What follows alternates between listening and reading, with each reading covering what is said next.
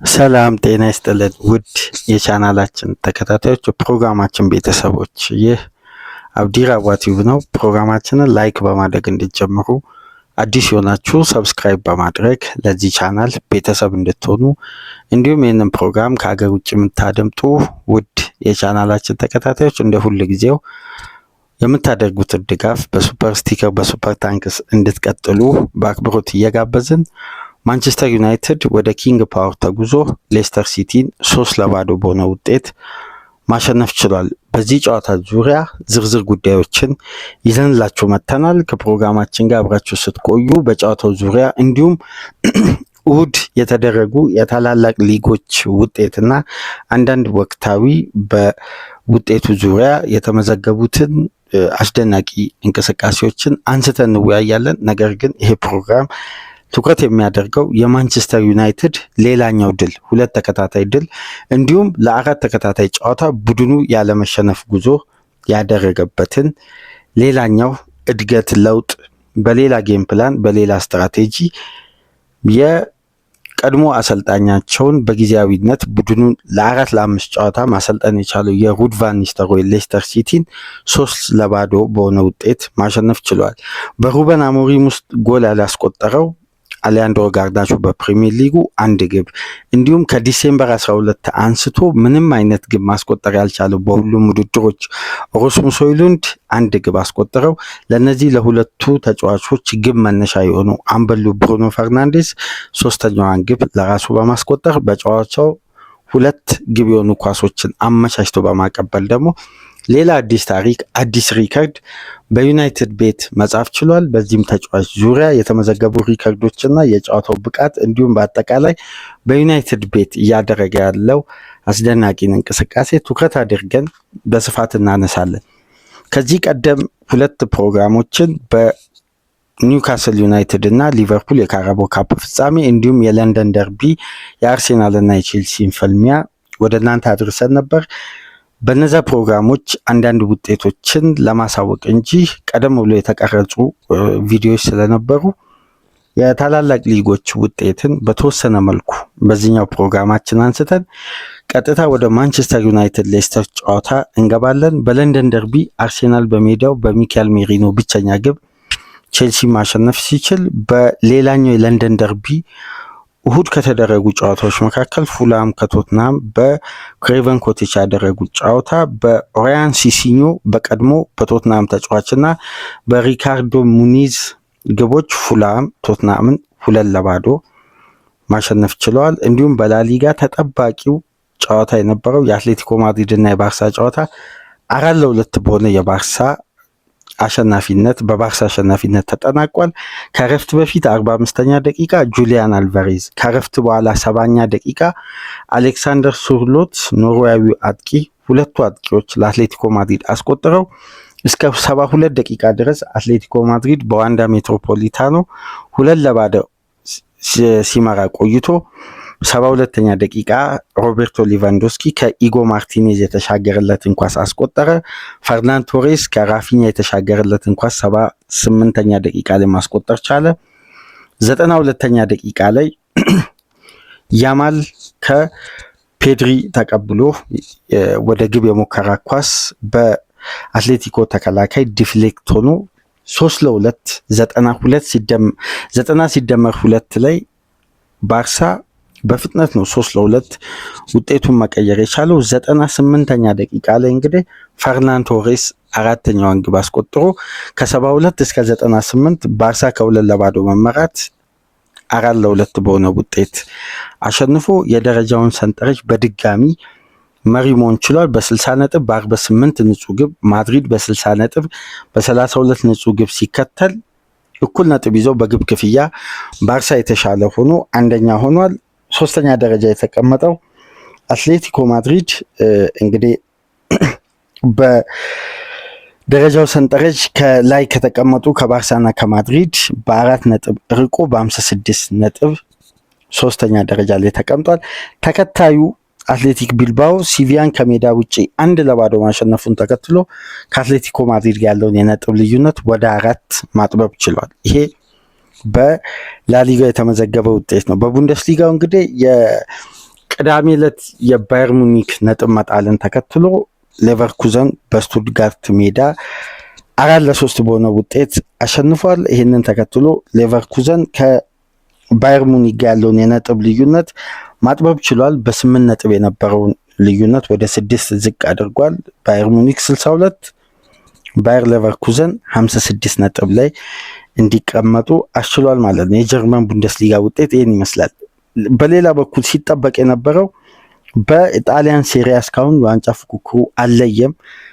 ናፖሊ፣ ኢንተር ሚላን፣ አትላንታ ሶስቱ ቡድኖች በትናንትናው ዕለት ያደረጉት ጨዋታ እንግዲህ ናፖሊ ከሜዳ ውጪ ከቪሴንዛ ጋር ያደረገውን ጨዋታ ያለምንም ግብ አጠናቋል። እንዲሁም ወደ አትላንታ ቤርጋሞ የተጓዘው ኢንተር ሚላን ደግሞ በአትላንታ ሜዳ በቀድሞ አሰልጣኛቸው በጂያንፓውሎ ጋስፒሪኒ የሚሰለጥነውን አትላንታን የቀድሞ ኢንተር ሚላን አሰልጣኝን 2-0 በማሸነፍ ከረፍት በኋላ አጉስቲን እና ላውታሮ ማርቲኔዝ ባስቆጠሩት 2 ግቦች ኢንተር ሚላን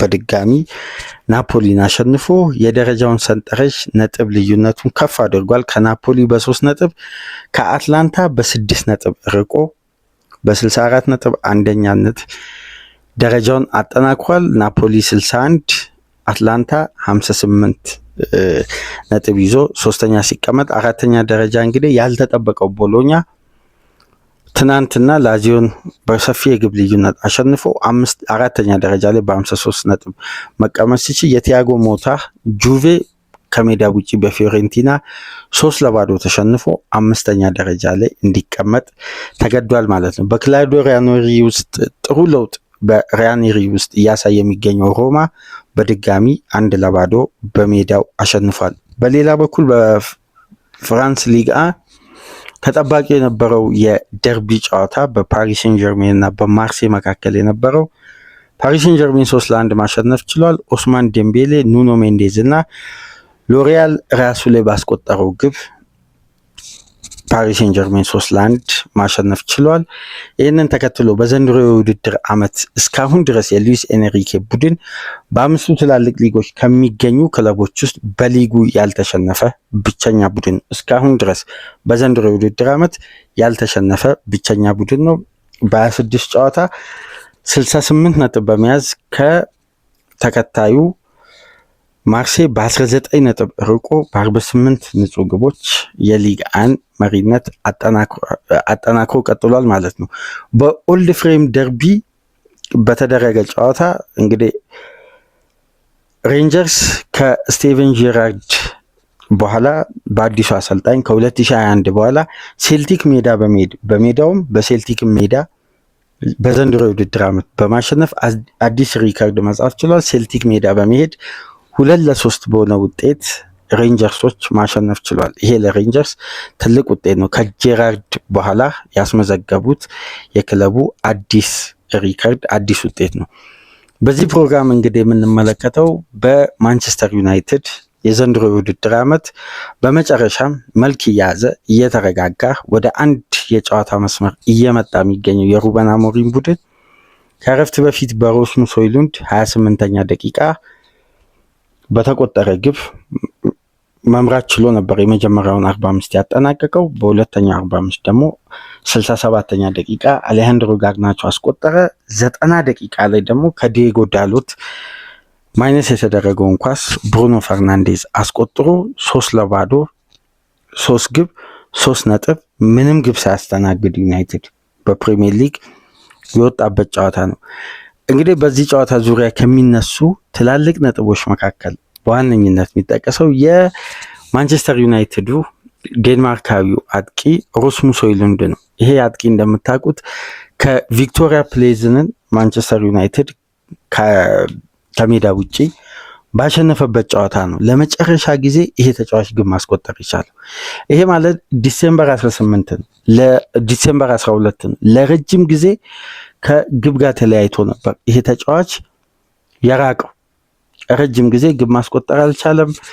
በተለያዩ ጉዳዮች ይተቻል። በተለይ ደግሞ በአንዳንድ ጨዋታዎች የሚነካው ኳስ ቁጥር አነስተኛ መሆኑ ከተጋጣሚ መጫወቻ ቦክስ ውጪ የሚነካቸው ኳሶች በይበልጥ ከፍ ብለው በተጋጣሚ ኤሪያ ቡድኑ ከሱ የሚፈልገውን ኳሊቲ በበቂ ሁኔታ አለማግኘቱን ተጫዋቹን ለትችት ዳርጎት ነበር። ያውም ጠንከር ያለ ትችት። አንዳንድ ዘጋቢዎች እንደሚሉትም ከሆነ ዩናይትድ በቀጣይ የውድድር ዓመት ሊያዘዋውር ያቀደውን አጥቂ ይህን ተጫዋች በልዋጭ መልክ በተቃራኒው ይሸኛል የሚልም ዘገባ ሲወጣ ነበር።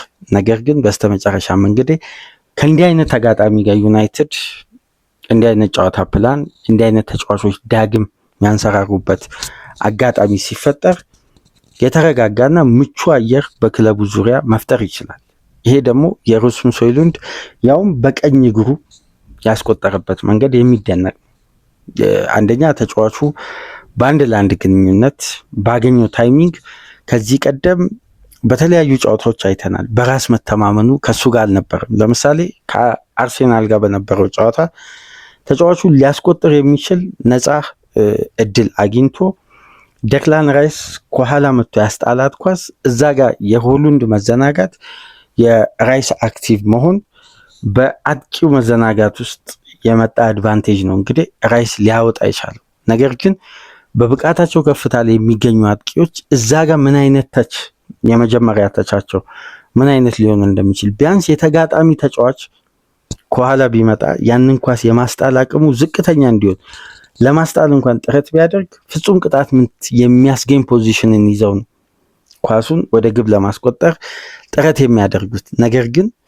ሆይሉንድ አንደኛ በራስ መተማመኑ፣ ከጨዋታ ጨዋታ የሚደርስበት ትችት፣ የተጫዋቹ አቋም በተለይ ደግሞ በእነዚህ ጉዳዮች ውስጥ እያለ ዩናይትድ ተደጋጋሚ ሽንፈት ሲያስተናግድ ጫናው በይበልጥ የበረታበት ከቡድኑ ተጫዋቾች መካከል አንዱ ይሄ አጥቂ ነው። በተለይ የወጣበት ሂሳብ ወደ 76 ሚሊዮን ፓውንድ አካባቢ ነው የተከፈለበት። ይሄ የ22 ዓመት አጥቂ እንግዲህ በስተመጨረሻም ራሱን በዩናይትድ ቤት ከረጅም ጊዜ በኋላ ማግኘት የቻለውን በኪንግ ፓወር የመጀመሪያ ግቡን በተለይ በፈረንጆች አዲሱ ዓመት የመጀመሪያ ግብ ማስቆጠር ችሏል። ይህንን ተከትሎ እንግዲህ ቡድኑ በተሻለ ሁኔታ 3 ነጥብን እንዲያገኝ የጨዋታውን የመክፈቻ ግብ ማስቆጠር ችሏል። 28ኛ ደቂቃ ከተወሰኑ ደቂቃዎች በኋላ ዩናይትድ ተደጋጋሚ ጥረት አድርጎ የመጀመሪያውን 45 በጥሩ የሙከራ አቅም ነገር ግን ለተጋጣሚ ኳስን በመተው ባለፉት ጊዜያት ከኳስ ጋር የነበረውን ብልጫ በማጥቃቱ በኩል እንዴት ሚዛናዊ እንደነበር ከሌስተር አይነት ቡድን ጋር ደግሞ ተጋጣሚ ላይ ጫና ለመፍጠር ኳሱ ከማንቸስተር ዩናይትዶች ቁጥጥር ውጪ መውጣት ነበረበትና እንዲህ አይነት ስልታዊ ለውጦችን ሩበን አሞሪም ተጠቅሞ ነው እንግዲህ 45 በመቶ ብቻ ነው በኳስ ቁጥጥር በዚህ ጨዋታ ተሳታፊ መሆን የቻሉት። ውጤታማ እንቅስቃሴ ለማድረግ የተገኙ አጋጣሚዎችን ከሜዳ ውጪ ስለሆነ ለመቀየር እንዲህ አይነት ጌም ፕላኖችን መጠቀም የግድ ስለነበር እንደነዚህ አይነት ምቹ ሁኔታዎችን በመፍጠር አድቫንቴጁ መጠቀም ችሏል። ከረፍት በኋላ ጨዋታው እንደተጀመረ እንግዲህ የመጀመሪያ እንቅስቃሴ የነበረው ለዩናይትድ ወቅቱ የመረጋጋት የመስከን ወደ ጥሩ ፎርም የመምጣት ጥሩ እርጋታ ያለው ቡድን እየተመለከትን ነው።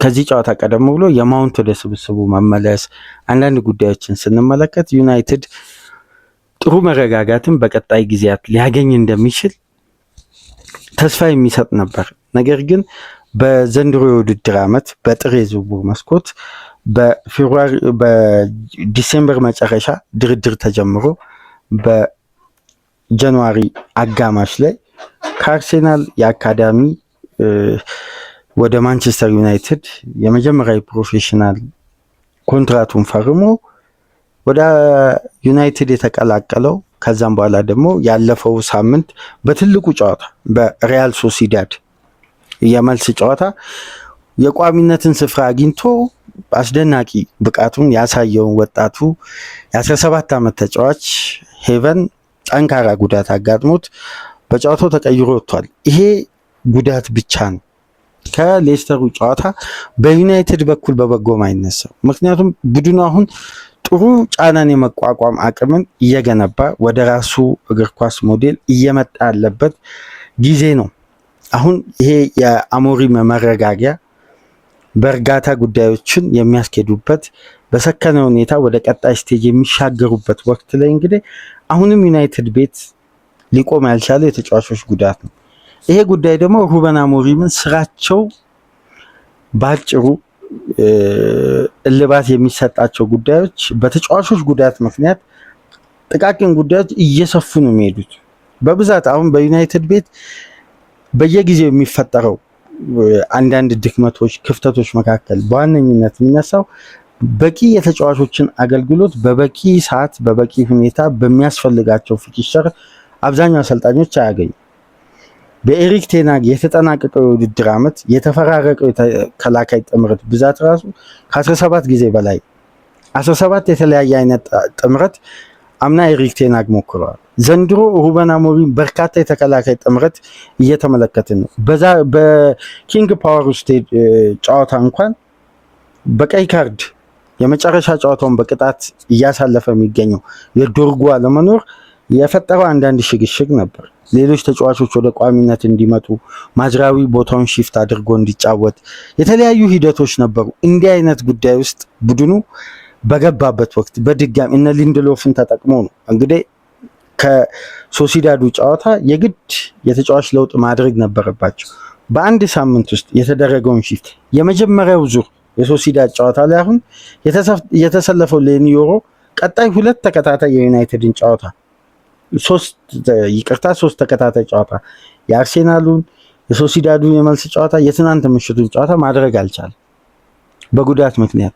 አሁን ወጥ የሆነ ስብስብ አግኝተው ለእያንዳንዱ ጨዋታ አሰልጣኙ ዝግጁ ሆነው እንዳይቀርቡ ተደራራቢ የተጫዋቾች ጉዳት። ይሄ እንግዲህ ወጣት ተጫዋች ብዙ እምነት ተጥሎበት ለተከታታይ ለሁለተኛ ጊዜ በዘንድሮ የውድድር ዓመት በሲነር ጨዋታ ቋሚ ሆኖ በተሰለፈበት በመጀመሪያ 45 ጥሩ ጨዋታ ክፍለ ጊዜ አሳልፎ በሁለተኛ 45 እንደጀመረ 51ኛ ደቂቃ ላይ ነው ጉዳት አጋጥሞት ተቀይሮ መውጣት የቻለው።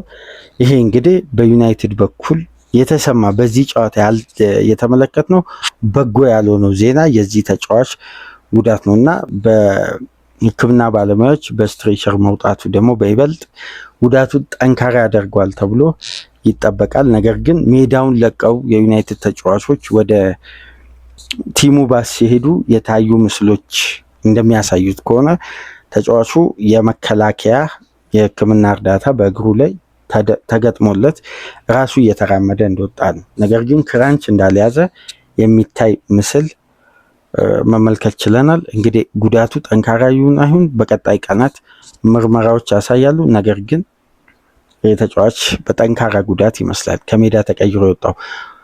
ሄቨን ተቀይሮ እንደወጣ እንግዲህ በኮለር 67ኛ ደቂቃ ላይ ብሩኖ ፈርናንዴዝ በትንሽ ንክኪ አሊያንድሮ ጋርናቾ ለቡድኑ ሁለተኛው ለራሱ ከረጅም ጊዜ በኋላ ከበርካታ ጊዜ በኋላ ከ24 ጨዋታዎች በኋላ ለመጀመሪያ ጊዜ ግብ አስቆጠረ። የማንቸስተር ዩናይትድ አድቫንቴጅ ወደ 2 ግብ ሰፋ። ሆሉንድ ከ21 ጨዋታ በኋላ ጋርናቾ ከ24 ጨዋታ በኋላ ግብ ማስቆጠር የቻሉት ይህ አሰልጣኙ ምን ያክል ረጅም ጊዜ አልፊ የነበረ ስራ እንደነበር ነው የሚያሳየው። የነዚህ ተጫዋቾች ግብ ለማስቆጠር ጫናው በአጠቃላይ የሚመጣው ወደ አሰልጣኙ፣ ከአሰልጣኙ ሲያልፍ ደግሞ የቡድኑ ውጤት ላይ ቀጥተኛ ተሳትፎ እያደረገ የሚገኘው ብሩኖ ፈርናንዴዝ ላይ ነው። ይሄ ተጫዋች እንግዲህ ያለምንም ድካም ያለምንም እረፍት እስካሁን ድረስ ቡድኑን የሚያገለግልበት ፕሮፌሽናሊዝም የሚያስደንቅ ነው። ተጫዋቹ በግሩም ብቃት ላይ ነው የሚገኘው። ለሁለቱ ግቦች መቆጠር መነሻ ነበር። እንዲሁም ለራሱ ሶስተኛዋን ግብ 90 ደቂቃ ላይ ማስቆጠር ችሏል። ነገር ግን ተጋጣሚው ሌስተር በፕሪሚየር ሊጉ ታሪክ 7 ተከታታይ በሜዳ ባደረገው ጨዋታ አንድም ግብ ሳያስቆጥር ከዲሴምበር 8 በኋላ ባደረጋቸው የኪንግ ፓወር ጨዋታዎች በሁሉም ተሸንፏል። በሁሉም ደግሞ አንድም ግብ አላስቆጠርም።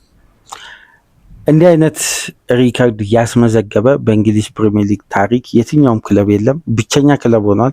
7 ተከታታይ በሜዳ ጨዋታ አንድም ግብ ሳያስቆጥር እነዚህን 7 ጨዋታ ሲሸነፍ በአማካይ ደግሞ ቡድኑ የሚያስተናግደው 2.4 ግብ ነው በእነዚህ 7 ጨዋታዎች እና ሩድ ቫን ኒስተልሮይ የሌስተር ቤት ቆይታ በበጎ የተጀመረ አይደለም። እስካሁን ድረስ ትልቅ ለውጥ ወይም በአዲስ መልኩ ቡድን ውስጥ የታየ ትልቅ ዳይናሚክ ለውጥ የለም። በመጀመሪያ 3 ጨዋታ አንድ አሸነፈ፣ 2ቱን አቻ ወጣ። ኒስተልሮይ ሌስተርን ቀየረ ተብሎ ሲጠበቅ ነው እንግዲህ ከዛን ጊዜ በኋላ ቡድኑ ለተከታታይ ጨዋታዎች ማሸነፍ ሳይችል ቀርቶ ተደጋጋሚ ሽንፈቶችን አስተናግዶ አሁንም በአስከፊ ደረጃ ላይ ነው የሚገኘው። ነገር ግን ሌስተር አንድ በፕሪሚየር ሊጉ ሌላ ሪከርድ ተመዝግቦበታል። 679 የፕሪሚየር ሊግ ጨዋታዎችን አድርጎ ሌስተር ሲቲ 1000 ግብ ያስተናገደ ብቸኛ ቡድን፣ ከተጫወተው ጨዋታ በላይ ግብ አስተናግዷል። ይሄ ቡድን ለመጨረሻ ጊዜ በ700 የፕሪሚየር ሊግ ጨዋታ ሳይሞላው 1000 ግብ ያስተናገደ ብቸኛ ቡድን ነው። 1000ኛውን ግብ ደግሞ ማስቆጠር የቻለው አሊያንድሮ ጋርናቾ ነው። ከዛም በኋላ 1001 ግብ በብሩኖ ፈርናንዴስ ተቆጠረና ይሄ ለሌስተር ሲቲ ወቅቱ በበጎ የሚነሳ አይደለም። ይሄ ቡድን ወደ ሊጉ ሲመጣ በኤንዞ ማሬስካ በአስደናቂ ሁኔታ የሻምፒዮንሺፕ ዋንጫ ቀደም ብሎ አረጋግጦ በግሩም ሁኔታ መጥቶ አሰልጣኙን እንግዲህ ወደ ቼልሲ ያውም በ14.5 ሚሊዮን ፓውንድ የመልቀቂያ ሂሳብ ተከፍሎበት የውል ማፍረሻ ተከፍሎ ነው ቼልሲዎች አሰልጣኙን የወሰዱትና በዚህ መልኩ ወደ ፕሪሚየር ሊጉ ያደገ ክለብ በአንዴ እንደዚህ ወርዶ፣ በተለይ ደግሞ ቀደም ብሎ የቡድኑ አሰልጣኝ የነበረው ስቲቭ ኩፐር ቡድኑን ከሚጠበቀው በታች ወርዶ ብዙ የውጤት ቀውስ ውስጥ ከገባ በኋላ ነው አሰልጣኙ የተሰናበተው። ይህም ቡድን መልሶ መልክ ማስያዝ በራሱ ትልቅ ፈተና ነው። እንደ ስቲቭ ኩፐር አይነት አሰልጣኝ ከዚህ ቀደም በኖቲንግሃም ፎረስት ምንም ነገር ሳይሰሩ በቀጥታ ከክለቡ ተሰናብተው እንደገና 34-35 ተጫዋች በአንድ የዝውውር መስኮት እያስፈረሙ ቡድኑን ላልተገባ የፋይናንስ ጥሰት ዳርገው ኖቲንግሃም ፎረስት ነጥብ ተቀንሶበት ኑኖ ስፒሪቶ ሳንቶስ ከመጣ በኋላ ነው አምና ሰርቫይቭ አድርጎ ዘንድሮ ቶፕ 3 መግባት የቻለው እና ቡድኑ ሌስተርን ከተዳከመ በኋላ ነው አሰልጣኙ የተሰናበተው እና በይበልጥ ይሄ የደካማ ውጤት አሁንም እንደቀጠለ ነው። በተለይ የማንቸስተር ዩናይትድ ጠንካራ የጨዋታ ፕላን ምንም ግብ እንዳያስተናግዱ እንዲሁም በሌስተር መረብ ላይ 3 ግብ እንዲያስቆጥሩ ምክንያት ሆኗል። ማንቸስተር ዩናይትድ እንግዲህ በሊጉ 4ኛ ጨዋታ ሆኖታል ከሽንፈት ከራቀ።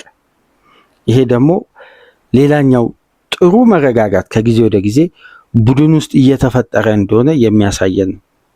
አሁን ዩናይትድ ከሽንፈት ራሱን ገለል አድርጎ ወደ ድል መንገድ እየተመለሰ ነው የሚገኘው። አንድ በዩናይትድ ቤት በተደጋጋሚ በዘንድሮ የውድድር ዓመት ሚስተዋል ክፍተት አለ ማለት በሪከርድ ደረጃ ቡድኑ ተከታታይ ፕሪሚየር ሊግ ጨዋታ ካሸነፈ ቆይቷል። ከኢንተርናሽናል ብሬክ መልስ ደግሞ ጠንካራ ፊልሚያ ይጠብቀዋል። ይህንን ተከትሎ ቡድኑ አሁንም ወደ አሸናፊነት ተከታታይ ጨዋታ በሊጉ በተለይ መምጣት አለበት። በተለይ ደግሞ የዩሮፒያን ፉትቦልን ወደ ቀጣዩ ዙር አልፎ በመጀመሪያ ዙር ሊዮንን በፈረንሳይ የሚገጥመው የሩበን አሞሪም ቡድን እስከዛ ድረስ በፕሪሚየር ሊጉ የሚያደርጋቸው ጨዋታዎች አሉ። ፕሪሚየር ሊግ እንግዲህ የሚመለሰው በአፕሪል 1 ነው። በማክሰኞ ምሽት በቅዳሜና እሁድ በ15 ቀን የኤፍኤ ካፕ ፊክስቸር ነው የሚመለሰው እና የፕሪሚየር ሊግ ጨዋታ አይኖርም። ክለቦች ተጨማሪ 17 ቀናትን ነው የሚያርፉት፣ 2 ቀን ተጨማሪ ያለው እና በማክሰኞ ምሽት ሲመለስ ከኖቲንግሃም ፎረስት ጋር ከሜዳ ውጭ ነው የሚያደርገው በቀጥታ። ከዛም በኋላ በኦልድ ትራፎርድ ማንቸስተር ሲቲ ነው የሚገጥመው። ስለዚህ ይሄ አሁን ኮንሲስተንሲ የሚባለው ከሽንፈት መራቅ ብቻ ሳይሆን ተከታታይ ጨዋታዎችን ድል ማድረግ ይጠበቅበታል። ምንም እንኳን ኖቲንግሃም ፎረስት እና ሲቲ ተከታታይ ደረጃ ላይ ለቶፕ 4 ጠንካራ ፉክክር የሚያደርጉ ክለቦች ቢሆኑም የሩበን አሞሪም ማንቸስተር የሰሞኑን ብቃት ከፍተኛ መሻሻል ማሳየቱ በተለይ ደግሞ ቀጣይ ጊዜያትን ለመዘጋጀትም ቡድኑን ብቁ ለማድረግ የተሻለ አጋጣሚ ስለሚያገኝ ይህን አጋጣሚ ተጠቅመው እንግዲህ ማንቸስተር ዩናይትዶች የተለየ ዝግጅት በኢንተርናሽናል ብሬክ ወቅት ተዘጋጅተው ይመጣሉ ተብሎ ይጠበቃል ማለት ነው። እስካሁን ድረስ በፕሪሚየር ሊጉ ብሩኖ ፈርናንዴዝ ከፈረመበት ጊዜ አንስቶ በክሬቲቪቲ ቦታ በአማካይ ቦታ ከሚጫወቱ ተጫዋቾች ውስጥ በአምስቱ ትላልቅ ሊጎች ብሩኖ ፈርናንዴዝ በከፍተኛ ቁጥር ያለውን ግብ የሚበልጠው ብቸኛ ተጫዋች ግብ ላይ ቀጥተኛ ተሳትፎ በማድረግ እንዲሁም ግብ የሆኑ ኳሶችን አመቻችቶ በማቀበል በፕሪሚየር ሊግ የሚበልጠው በፕሪሚየር ሊግ የሚገኘው ኬቨን ዲብሮይነ ነው። ከፕሪሚየር ሊግ ውጪ ደግሞ የሚገኘው በአምስቱ ትላልቅ ሊግ ቶማስ ሙለር ነው። በአጠቃላይ ብሩኖ ፈርናንዴዝን በአምስቱ ትላልቅ ሊጎች ከፈረመበት ጊዜ ጀምሮ በአማካይ ስፍራ የፈጠራ አማካዮች ተብሎ ከተያዙ ተጫዋቾች ውስጥ በርካታ ግብ ላይ ቀጥተኛ ተሳትፎ በማድረግ ተጫዋቹ ከፈረመበት 2020 አንስቶ ሁለተኛ ተጫዋች በሊጉ በአምስቱ ትላልቅ ሊግ ደግሞ ሶስተኛ ደረጃ ላይ መቀመጥ ችሏል። በምሽቱ ጨዋታ አንድ ግብ አስቆጥሮ ሁለት ግብ የሆነ ኳስ አመቻችቶ ማቀበሉን ተከትሎ በፕሪሚየር ሊጉ 112 ግብ ላይ በቀጥታ ተሳታፊ በመሆን በማንቸስተር ዩናይትድ አዲስ ሪከርድ መጻፍ ችሏል። ለምሳሌ ይሄን ታሪክ 10ኛ ተጫዋች በመሆን ነው በክለቡ ታሪክ ውስጥ መሰለፍ የቻለው።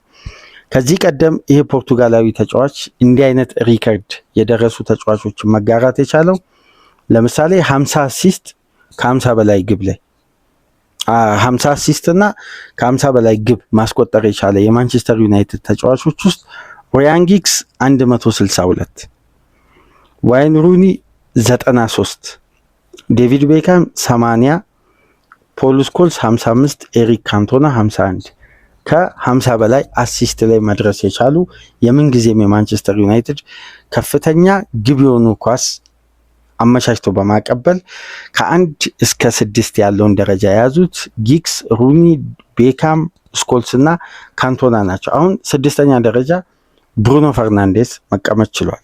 በ50 ግብ የሆኑ ኳሶችን አመቻችቶ በማቀበል በድምሩ 112 ግብ ላይ ቀጥተኛ ተሳትፎ ማድረግ ችሏል። በትናንትናው ፕሮግራማችን ደግሞ የማዝራዊ ምስል ባለበት ፕሮግራም ላይ አንድ ያነሳነው ጉዳይ አለ። በፕሪሚየር ሊጉም በሌሎች ውድድሮችም የብሩኖ ፈርናንዴዝ አስተዋጽኦ ከጊዜ ወደ ጊዜ ለማንቸስተር ዩናይትድ የማሸነፍ ውጤታማ ጉዞ ላይ ትልቁን አስተዋጽኦ ቡድኑ እየተሸነፈም እያሸነፈም የብሩኖ ጥረት ግን ለአንዲትም ደቂቃ ለአንዲትም ሰከንድ ዝቅ ሳይል በሁሉ ጊዜ ጥረቱ የሚታወቀው ድካም አልባው ከጨዋታ ጨዋታ ራሱን ዝግጁ እያደረገ በብቸኝነት በንቃት እየተሳተፈ የሚገኝ የማንቸስተር የዘንድሮ የውድድር ዓመት በውጤት ቢታጀብ የዓመቱ ኮከብ ተጫዋች ሊያስብለው የሚችል ብቃት እያሳየን የሚገኝ አሁንም በፕሪሚየር ሊጉ የዓመቱ ምርጥ 11 ውስጥ የግድ መግባት የሚችልበትን አቅም እያሳየን የሚገኝ ይህ ተጫዋች በግል መለኪያ ከተመለከትን በዘንድሮ የውድድር ዓመት ከበርካታ ብዙ ሚሊዮን ፓውንዶች ከወጡባቸው ተጫዋቾች እንኳን የተሻለ እንቅስቃሴ እያሳየን የሚገኘው በጨዋታው ያለውን የብሩኖ ፈርናንዴዝን እንቅስቃሴ በቁጥር ስንመለከት 76 ኳስ የነካ ብቸኛ ተጫዋች 68ቱ በስኬት ተጠናቋል። ከዚህም ውስጥ አንድ ግብ ሲያስቆጥር 4 ሙከራ አድርጎ አንድ ኢላማውን የጠበቀ 2 ያለቀላቸውን ግብ የሚሆኑ ጥራት ያላቸውን እድሎችን ፈጥሮ ሁለቱም ወደ ግብ ሲቀየሩ ተጫዋቹ በአማካይ በዚህ ጨዋታ 0.45 ኤክስጂ ክሬት አድርጓል። እንዲሁም አሲስት የሚሆን ደግሞ 0.42 ክሬት ማድረግ ችሏል። እንዲሁም 10 የጋራ ኳሶችን ተገናኝቶ 8ቱን አሸንፏል። 6 የተሳኩ ታክሎችን ማድረግ ችሏል። ሁለገብ ሚና ማለት ነው። ፓስም ያደርጋል ተጫዋቹ። እንዲሁም እንቅስቃሴው ማራኪ ነው። ከፌብሩዋሪ 22 አንስቶ በሁሉም ውድድሮች ባደረገው 7 ጨዋታ 10 ግብ ላይ ቀጥተኛ ተሳትፎ ማድረግ ችሏል። የመጨረሻ አንድ በብሩኖ በኩል ትልቁ የቁጥር መረጃ ተጫዋቹ በ1920 የውድድር ዓመት ዩናይትድ በፈረመበት ዓመት 20 ግብ ላይ ቀጥተኛ ተሳትፎ በፕሪሚየር ሊጉ አድርጓል። በ2021 ተጫዋቹ 46 ግብ ላይ ቀጥተኛ ተሳትፎ ያደረገበት የብሩኖ ፈርናንዴዝ ትልቁ ሪከርድ ነው። ከዛ በመቀጠል በ2021 2022 23 ግብ ላይ በ22 23 የውድድር ዓመት ደግሞ 27 ግብ ላይ በተጠናቀቀው የውድድር ዓመት 23 24 የውድድር ዓመት 28 ግብ ላይ አሁን በብቃቱ ከፍታ ላይ መገኘቱን የሚያሳየው ተጫዋቹ በፕሪሚየር ሊግ 31 ግብ ላይ ቀጥተኛ ተሳትፎ ማድረግ ችሏል። ይሄ ቁጥር ካለፉት የውድድር ዓመታት ከብሩኖ ፈርናንዴዝ የሚያንሰው ከአንድ የውድድር ዓመት ነው። 2021 ተጫዋቹ 46 ግብ ላይ ቀጥተኛ ተሳትፎ ያደረገበት የውድድር ዓመት ላይ የሚገኘው የብሩኖ ቁጥር ነው የሚበልጠው በዚህን ሰዓት እንጂ በዚህን ሰዓት 31 ግብ ላይ ቀጥተኛ ተሳትፎ ማድረግ ይችላል። ይሄ ተጫዋች ቀጣይ 9 የፕሪሚየር ሊግ ጨዋታዎች አሉ። የዩሮፓ ሊግ ጨዋታዎችን በተጨማሪ ምን ያክል ርቀት ይሄዳል? ይሄ ተጫዋች ይሄን የግብ ቁጥር ያሳድጋል ተብሎ ይጠበቃል። በዚህ ብቃቱ የሚዘልቅ ከሆነ በአስደናቂ ሁኔታ ከፍ ብሎ ይታያል ማለት ነው። ብሩኖ ፈርናንዴዝ ከፌብሩዋሪ 1 2020 ከፈረመበት ጊዜ አንስቶ ከ50 በላይ አሲስት ማድረግ የቻሉት በፕሪሚየር ሊግ እስካሁን ድረስ ባሉ ተጫዋቾች ኬቨን ዲብሮይን እና መሐመድ ሳላ ናቸው። ሳላ 61፣ ዲብሮይን 57።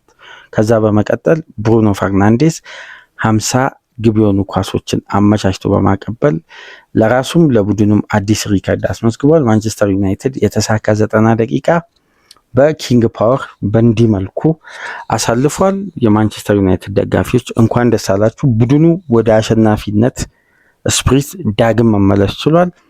ባለፈው ሳምንት 4 አሁን ደግሞ 3 በቀናት ልዩነት 7 ግብ በሜዳው ከሜዳው ውጪ ማስቆጠር ችሏል። ይሄ አስደናቂ የዩናይትድ ወቅታዊ ብቃት ነው። እንግዲህ ይሄን ብቃቱን ከኢንተርናሽናል ብሬክም በኋላ ያዝልቀው ነው የምንለው። ፕሮግራማችንን ላይክ አድርጉ። አዲስ የሆናችሁ ሰብስክራይብ በማድረግ ይህንን ፕሮግራም ከሀገር ውጭ የምታደምጡ ውድ የቻናላችን ተከታታዮች እንደ ሁል ጊዜው በሱፐር ታንክስ በሱፐር ስቲከር ድጋፍ እንድታደርጉ በአክብሮት እየጋበዝን ከእናንተ ጋር ቆይታ ያደረግኩት ሚናድ አብዲ ነበርኩ። ሰላም ቆዩ።